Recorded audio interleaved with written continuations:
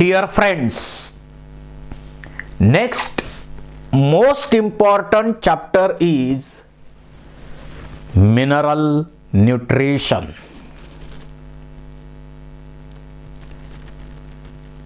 Minerals या earth crust मध्ये 105 mineral elements आहेत.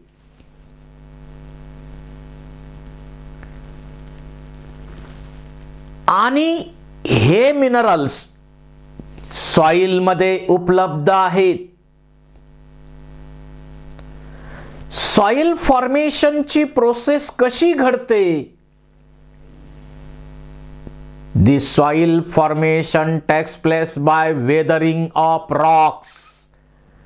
खडकांची झीज होऊन सॉइल बनते. 105 मिनरल एलिमेंट पैकी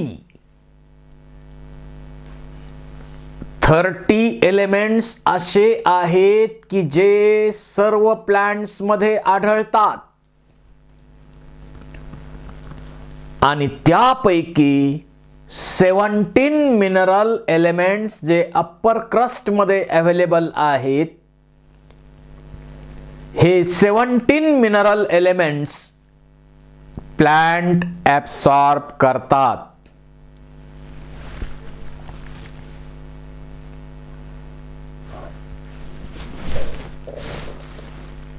All organism requires macromolecules like carbohydrates, protein, fats, water, mineral, gases for normal growth and development.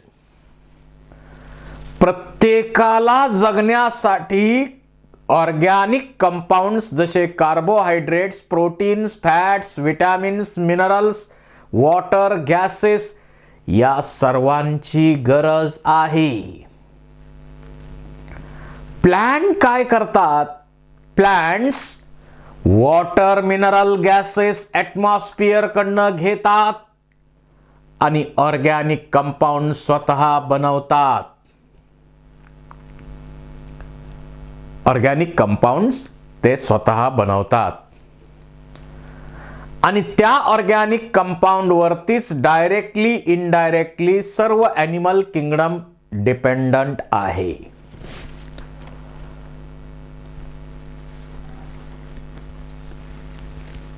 Minerals ही एक महत्वाची रिक्वायरमेंट आहे. आपण तर सांगितलं 105 मिनरल एलिमेंट्स आहेत. त्यापैकी 30 मिनरल एलिमेंट्स सर्व प्लांट मध्ये आढळतात. काही मिनरल एलिमेंट्स जे आहेत ते काही ठराविक एरियामध्ये जिथं ते ग्रो होतात प्लांट्स त्याच एरियाच्या प्लांट मध्ये आढळतात. सेलेनियम रिच सॉइल असेल तर सेलेनियम आढळणार. याप्रमाणेच minerals are formed by weathering of rocks to produce soil. आणि त्या सॉइल मध्ये वेगवेगळ्या प्रकारचे मिनरल एलिमेंट्स अवेलेबल आहेत. इंडियन सॉइलचा विचार केला तर Indian soils are deficient of NPK. आणि म्हणून तुम्ही मार्केटला जे फर्टिलायझर आहेत किंवा टीव्हीला आपण फर्टिलायझरच्या ऍड पाहतो 18-18-18, 20-20, 0, 15-15-15 म्हणजेच NPK चं पर्सेंटेज त्यात दाखवलेलं आहे.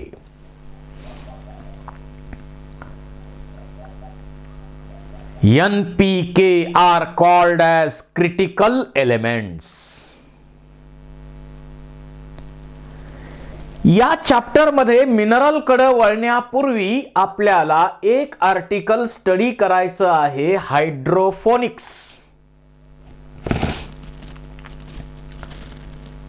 हायड्रोफोनिक्स म्हणजे काय? It is a technique of growing plants in nutrient solution, soil free culture. जमिनीशिवाय वेगवेगळ्या कल्चरमध्ये प्लांट ग्रो करणे म्हणजे सॉइल फ्री कल्चर करून प्लांट ग्रो करणे म्हणजे hydroponics. It is demonstrated by Julius von Such, Germany in 1860. इथं पाहताय फोटोग्राफ आणि हेच जुलियस सच नावाचे सायंटिस्ट, त्यांचा photograph. The nutrient solution is aerated for optimum growth. इथं जर आपण पाहिलं तर वॉटर घेतलेलं आहे, एरिएटिंग ट्यूब यात इन्सर्ट केलेली आहे आणि वॉटर मिनरल्स ऍड करण्यासाठी इकडं एक फनेल ठेवलेलं आहे. अशा प्रकारे न्यूट्रिएंट, सॉइल फ्री न्यूट्रिएंटचं कल्चर या ठिकाणी बनवलंय आणि त्याच्यामध्ये प्लांट ग्रो केलंय. याच्यामध्ये प्लांट ग्रो केलेला आहे. यामध्ये वॉटर आहे, प्लांटच्या ग्रोथ साठी लागणारे सर्व इसेन्शियल एलिमेंट्स आहेत, न्यूट्रिएंट्स आहेत. त्यामध्ये FeEDTA ऍड केलंय टू कीप मेटल सोल्युबल. हे मेटल्स जे आहेत ते सोल्युबल ठेवण्याचं काम EDTA करतं. It acts as a chelating agent.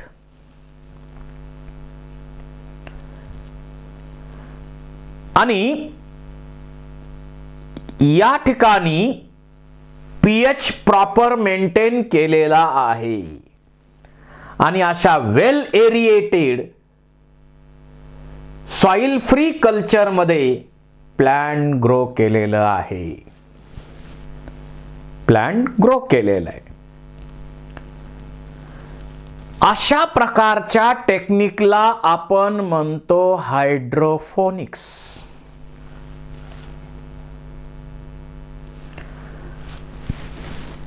आता हायड्रोपोनिक्सचं जे टेक्निक आहे त्याविषयी अगोदर बाकीचे डिटेल्स पाहू.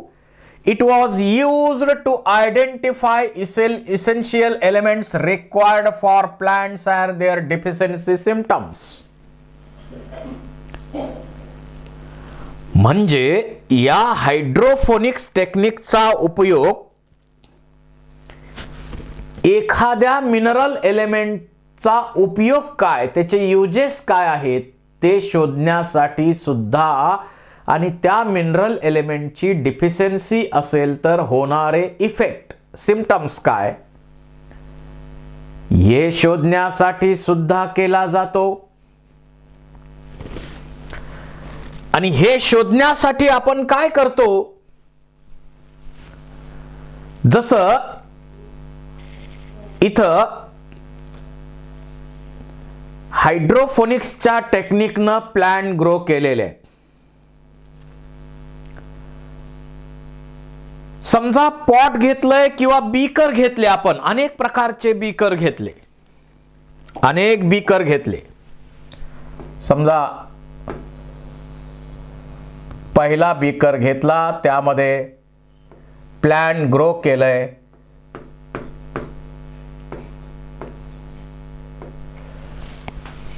त्यामध्ये सर्व न्यूट्रिएंट ऍड केलेत, फक्त नायट्रोजन सोडून. दुसरा बीकर इथं घेतलाय, या बीकर मध्ये सर्व न्यूट्रिएंट घेतलेत, पोटॅशियम सोडून.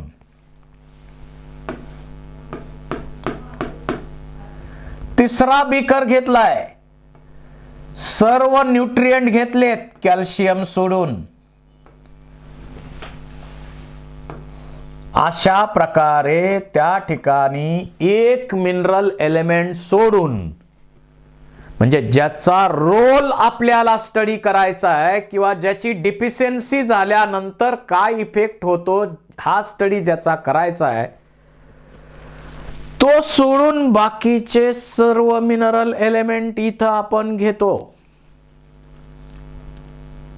आणि त्यामुळं त्या मिनरल एलिमेंटचा रोल नेमका काय आहे प्लांट ग्रोथ अँड डेव्हलपमेंट मध्ये, आणि त्या मिनरल एलिमेंटची डिफिशियन्सी असेल तर काय होतं, यांचा स्टडी करणं आपल्याला हायड्रोफोनिक्स सारख्या टेक्निकनं शक्य आहे. So it is used to identify essential elements required for plants and their deficiency symptoms.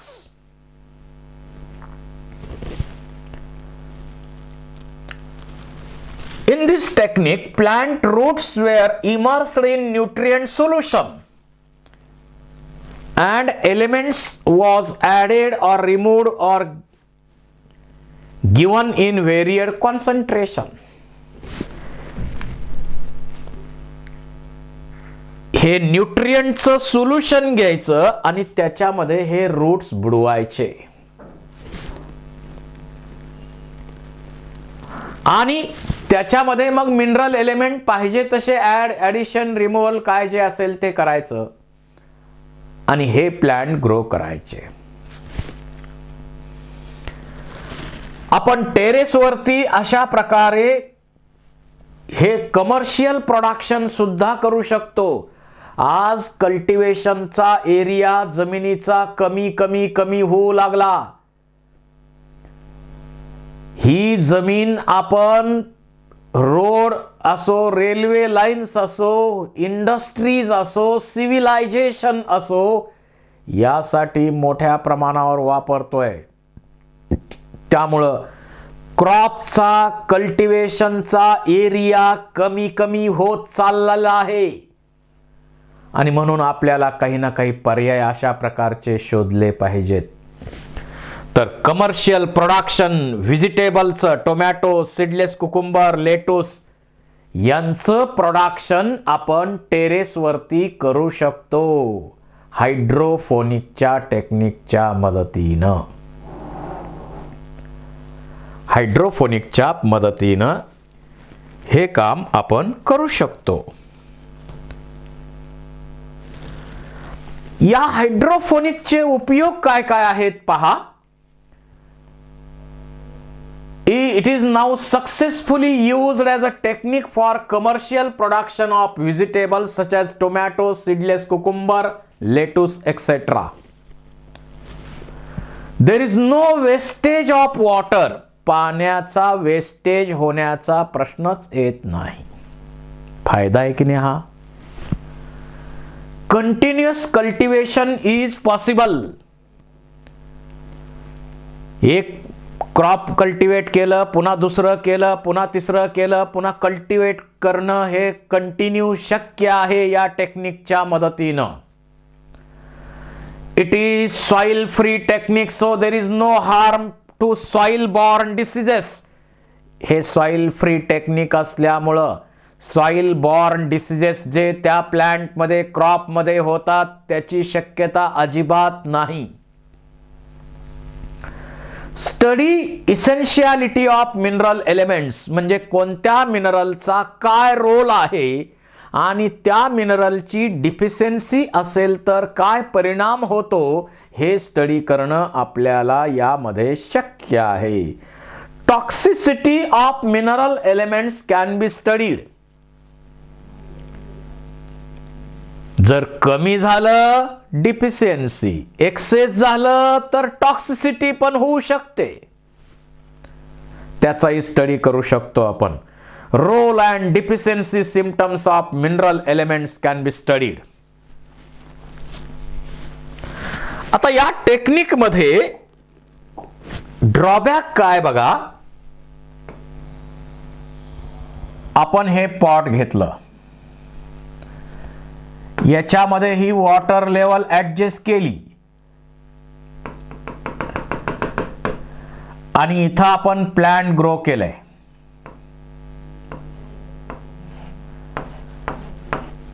याचे रूट्स जे आहेत ते वॉटरमध्ये बुडवले आणि वॉटरमध्ये त्याचे रूट बुडवल्यामुळं रूट डिकेइंग ऑफ रूट कुजण्याचा प्रॉब्लेम यामध्ये होतो. आणि हा प्रॉब्लेम दूर करण्यासाठी आपण या टेक्निक मध्ये थोडासा बदल केला, हे टेक्निक मॉडिफाय केलं.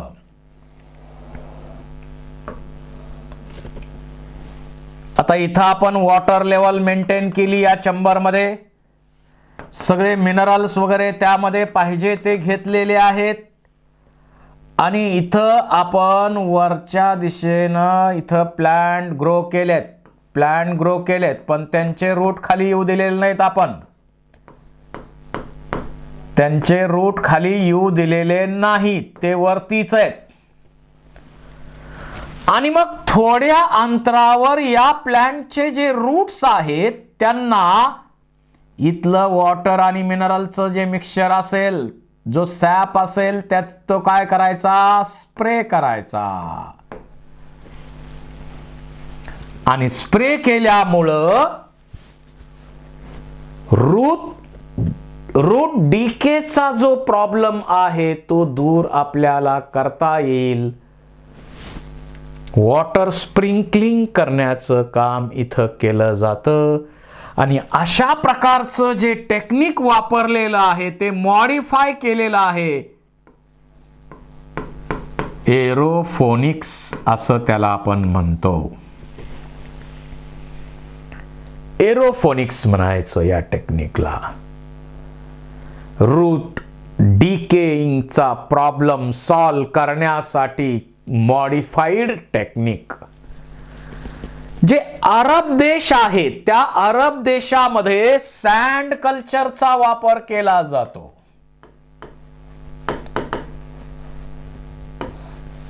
अरब कंट्रीज मध्ये सँड कल्चरचा वापर यासाठी केला जातो. तर अशा प्रकारचं हे अतिशय महत्वाचं टेक्निक आहे हायड्रोफोनिक्स.